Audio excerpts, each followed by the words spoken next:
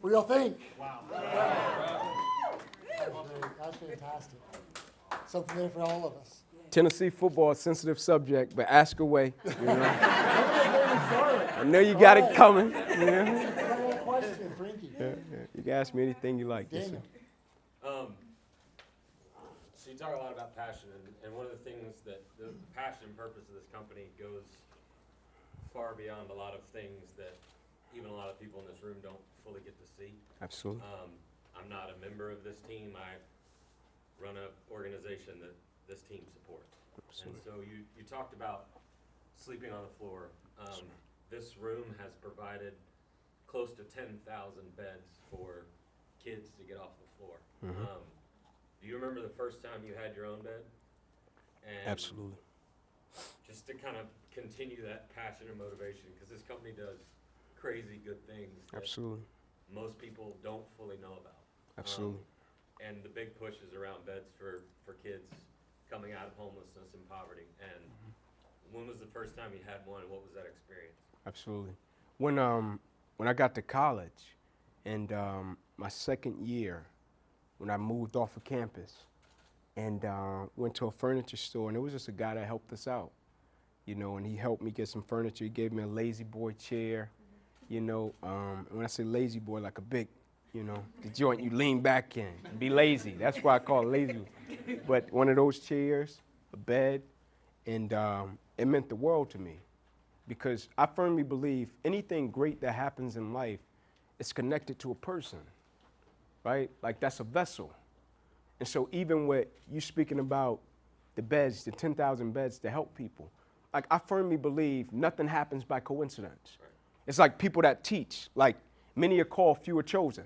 Like I firmly believe in everything that people do on the face of this planet, it's somebody in the world that says, I want to do that.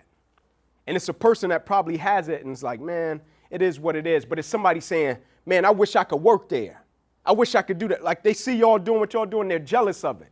And I used to tell guys this when we played football. I'm like, man, there's somebody out there wishing they could play ball at where we play ball at, get the things that we get. But sometimes it gets forgotten, because when you do something and you do it for so long, it becomes routine, and it's easy to complain. It's easy to point out the negative. It's easy to make excuses. And I'm a firm believer that's the easiest thing in the world.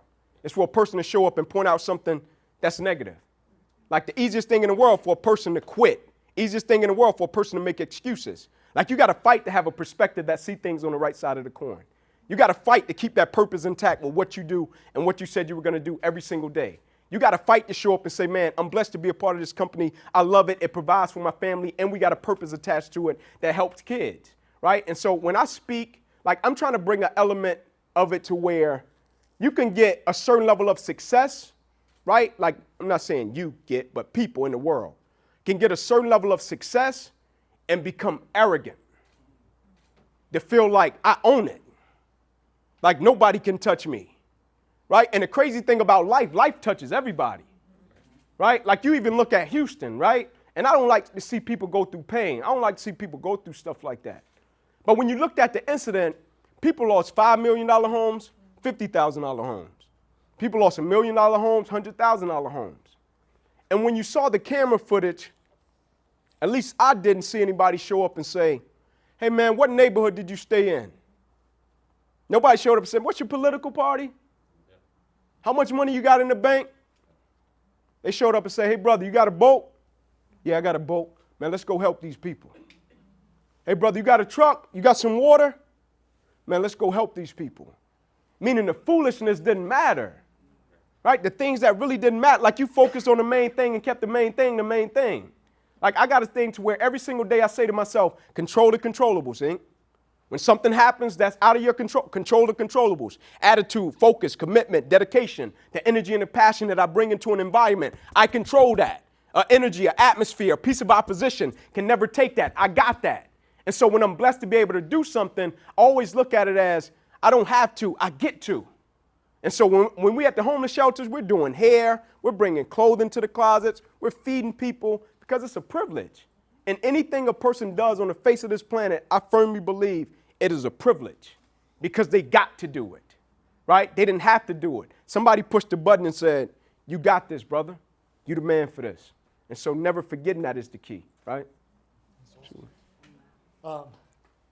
Daniel he left his job in corporate America and went to run a nonprofit called Beds for Kids in Charlotte. So that's what he's speaking about. Peace. Yeah. It's real.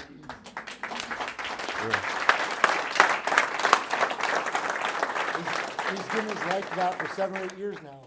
That's real, man. Okay, April, and then Jeff. Respect it. I have a question. I was going to share something. All right. My son is 13 years old, and he listens to you every day. Wow. Every single day. Sorry. Where you from?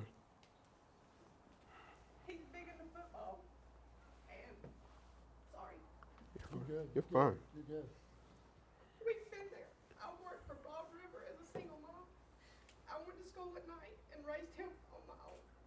And he gave me that same speech about how you looked at your mother. And you mean so much to him. I just want to share that. Oh, you gotta give me a hug on that one. Give it up to you on that one. Can I get your autograph before you leave? I'd be honored. Yeah.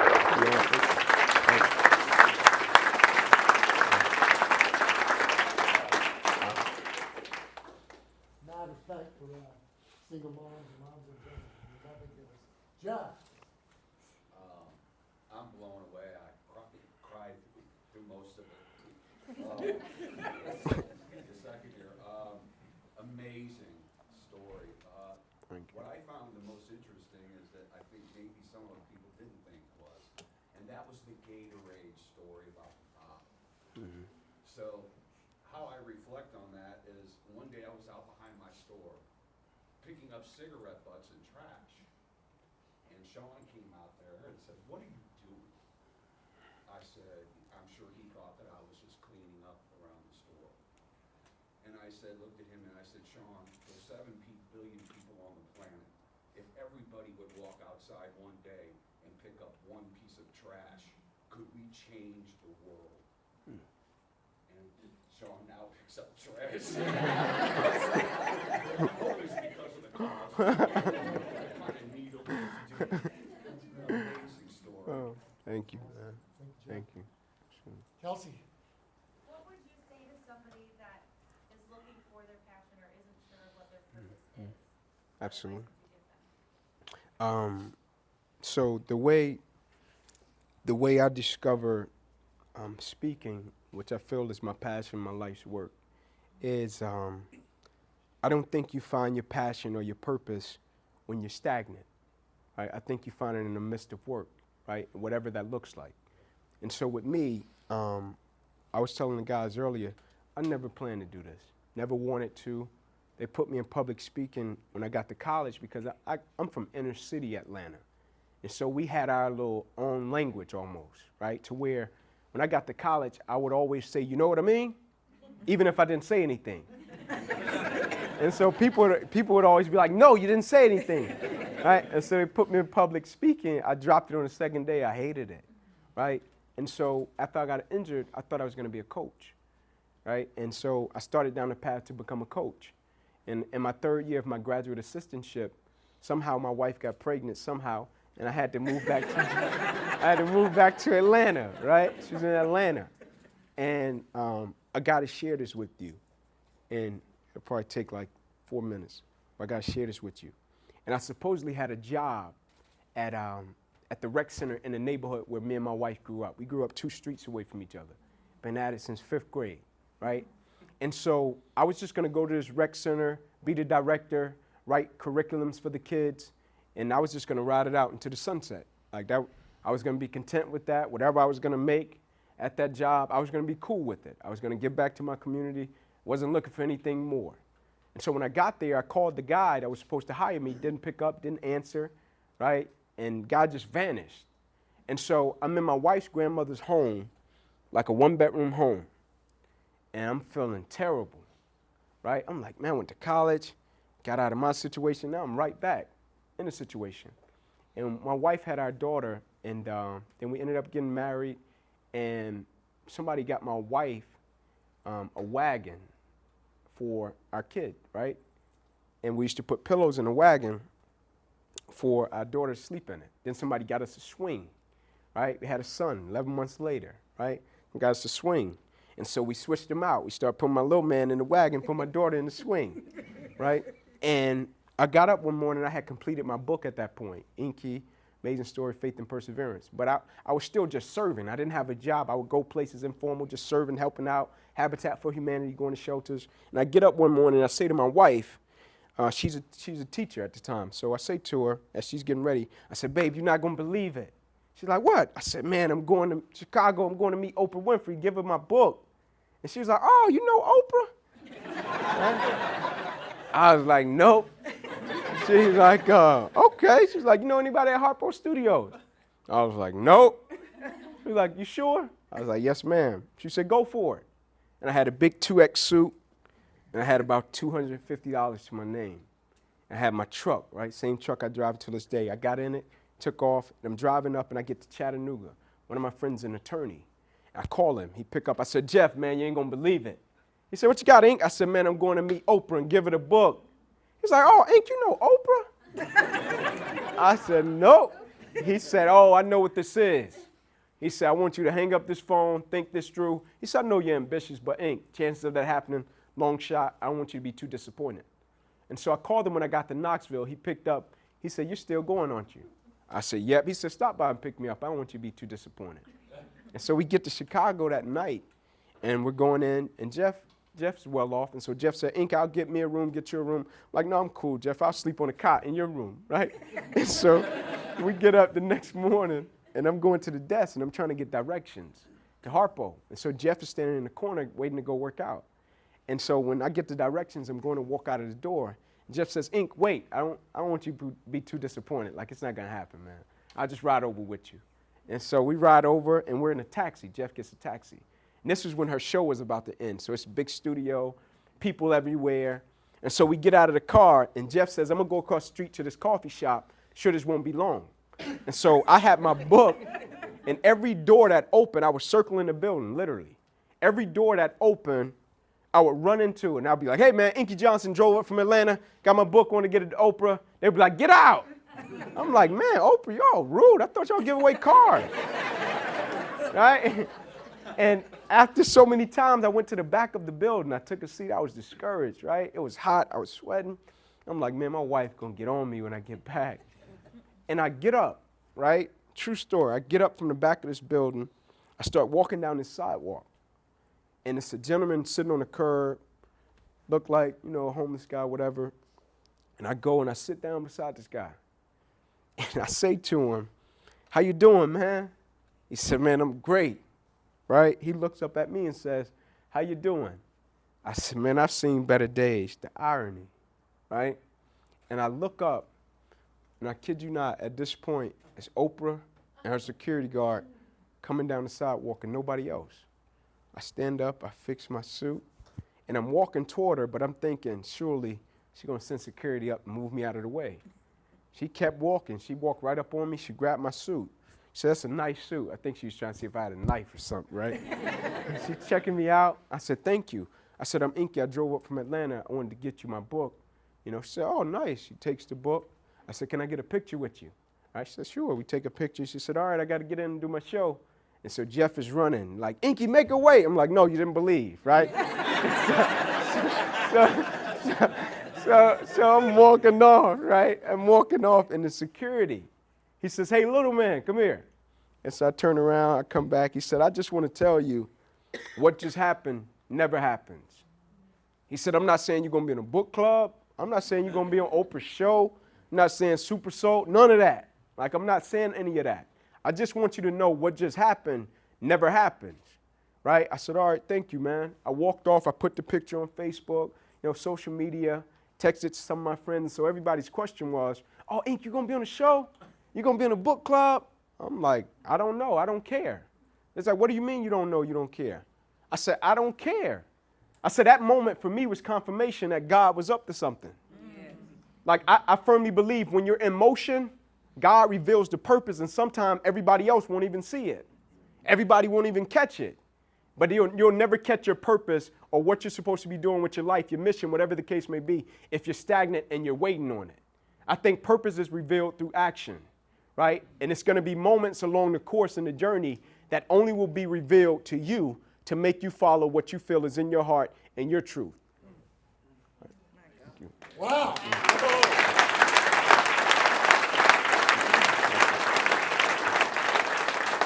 That was a great answer. That was a great answer. Any other questions? Kevin? Sure.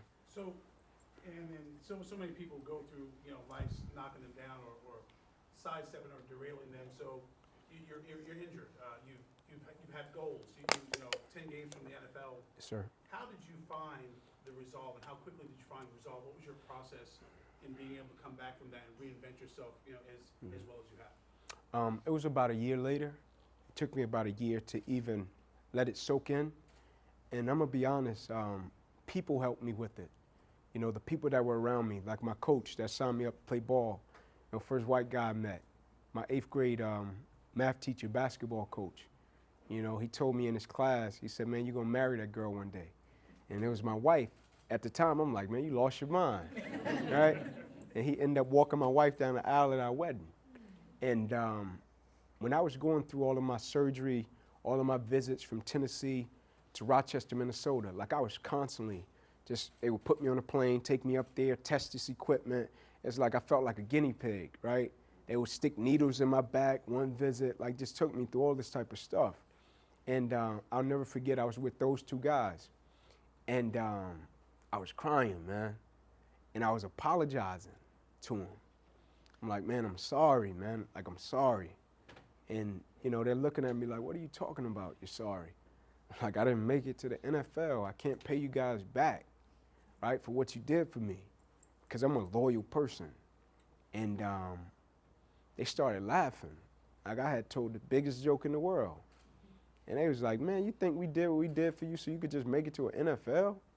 I was like, I thought it was part of it. I was like, man, we don't even watch the NFL, bump the NFL. I was like, man, we want you to be a great man one day, son. I said, we just want you to be a great father. Want you to contribute to society. I said, we don't want nothing from you but for you to pay it forward what we did for you. And the moment I got that, it was like something clicked. It was like life just pulled the shades up on my life and was like, now you see life for what it's really worth.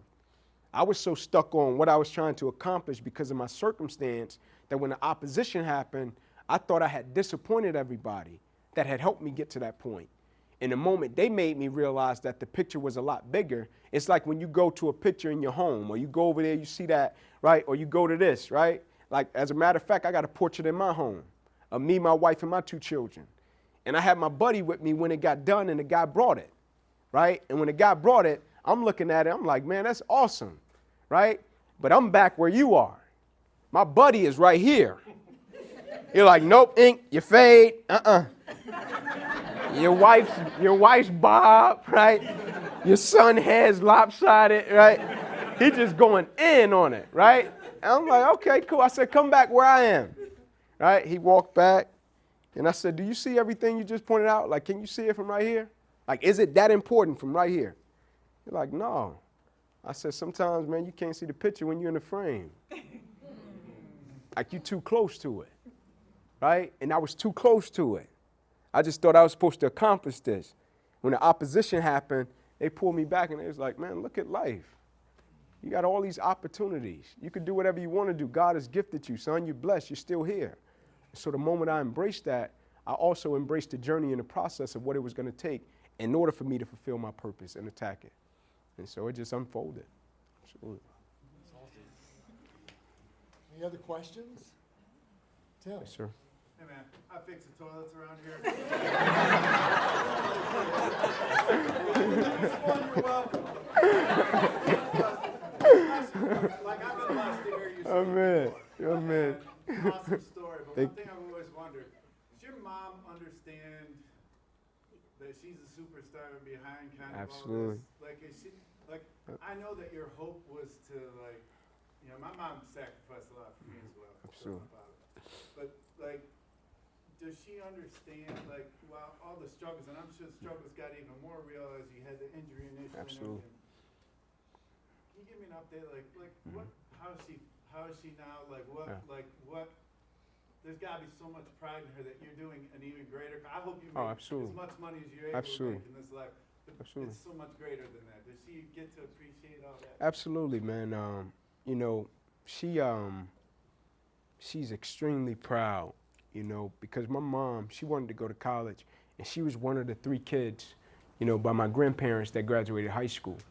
And, but she chose to stay at home and raise me.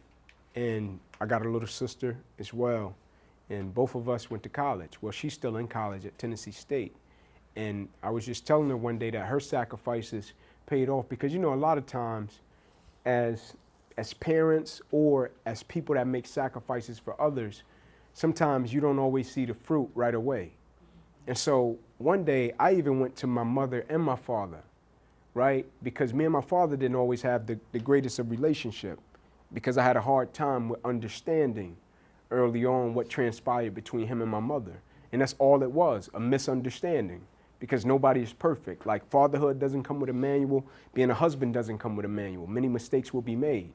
And so I went to him one day, now that I got my little 7 and 8-year-old, and we're running from ball game to ball game, trying to get home, wife trying to make dinner, I'm speaking, trying to get back, make it to practice. And I sat down one day and I'm like, man, like, my mom and dad was going through this, right? And I called them one day and I just thanked them, right? Like, man, thank you. Because sometimes you can take for granted something that somebody does until you get in a position or you get in the seat and you have to do it. And you're like, man, I criticized him, I talked about him, I didn't even know he was dealing with all this. Like, it's like people that work in corporate, I'm sure sometimes they talk about somebody like, man, how did he do that? That's the craziest thing ever. And then if you get in those same shoes, you're like, oh man, I didn't know. I see how he did it. I see how he messed it up, right? You know what I'm saying? But my mom is everything to me. You know, she's awesome. Like, my wife lost both of her parents when she was young. And so my mom kind of was walking with both of us from an early age. And so she's the queen for us, right? And so, yeah, she's awesome. Any other questions? Nathan? So you work with a lot of youth. What have you found that does the best to open their mind, to maybe change them into a state of appreciation and really make an impact? Absolutely. I think one of the hardest things is coming to the realization that all of them probably won't get it when they're in your presence, right? And so you give, and you look for this return on investment, and sometimes you don't see it. It's like some of the kids we work with, we do different sessions, and you tell them stuff, and I bring in people as well. So I bring in Atlanta Police Department, different professionals, just so they could see different people, hear different perspectives, attorneys, everybody. And sometimes a kid would be sitting there, and like it was one guy, one time, a little kid, he's like, man, I don't want to hear from them. I don't want to talk to them. Like, they don't know this and that. And guys were pouring out their heart. And probably like 3 years later, the kid came and he said something about honoring sacrifices, right?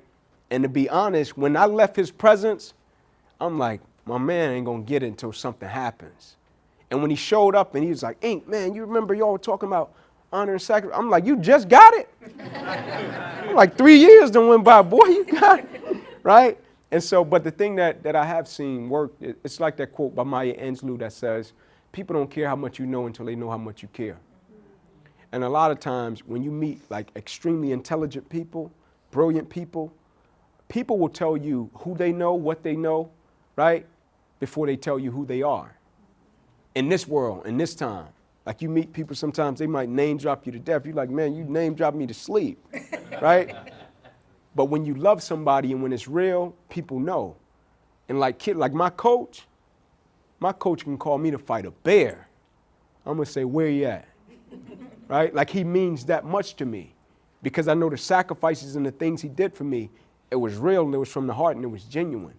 And when you love somebody, like something is gonna happen. Like a person, I'm a firm believer in whatever a person does, they can only fake it for so long. And they can be great at it, but something is gonna happen and it's gonna reveal the true character and caliber of a person, whether that's opposition, whether that's money, whether that's opportunity, whether that's a person. but something is going to happen that's going to challenge their integrity and challenge their moral compass. And it's going to show you who that person really is. And with children, like it's the rawest of the raw, truest of the true. Like a guy showed up one day, he was like, Ink, let me at him. And I was having a little session with kids. Let me at him, man. I got this speech I want to put on him. I'm like, you sure? Like, yeah, I'm ready. Let me in the room. I'm like, okay, go right in. Came out 3 minutes later, and he says to me, I don't think they're ready to receive it. And I say to him, or maybe you're not about what you say you're about. I said, because if you say they're not ready to receive it, if you're really about the work you say you're about, that'll make you go harder. That's good. Anybody else? Inky, I know you say a lot about trusting the process. Yes, sir. And just listening to you upstairs and here, I know you're a man of faith. Absolutely. And just also, not only trusting the process, what I've heard you say is you trusted the call of God or the voice of God. Absolutely. And I'm a man of faith, and I've shared that with these folks, our people, not to push my faith on them, but to, and we have to be careful about that in a secular Absolutely. world. And we're not going to judge people on the merits of their faith either. Absolutely. But only really to know kind of, hopefully, the beliefs or the character behind the people making the decisions in this company. But, just trusting God, trusting the process, and, during some of our darkest hours, that we've had several of those, in our 15-year career, what they probably heard me say at various times is, I've felt God's hand on this business. And so it's really special for us to have you today. And I really feel like God was present today. So thank you so much. Thank you.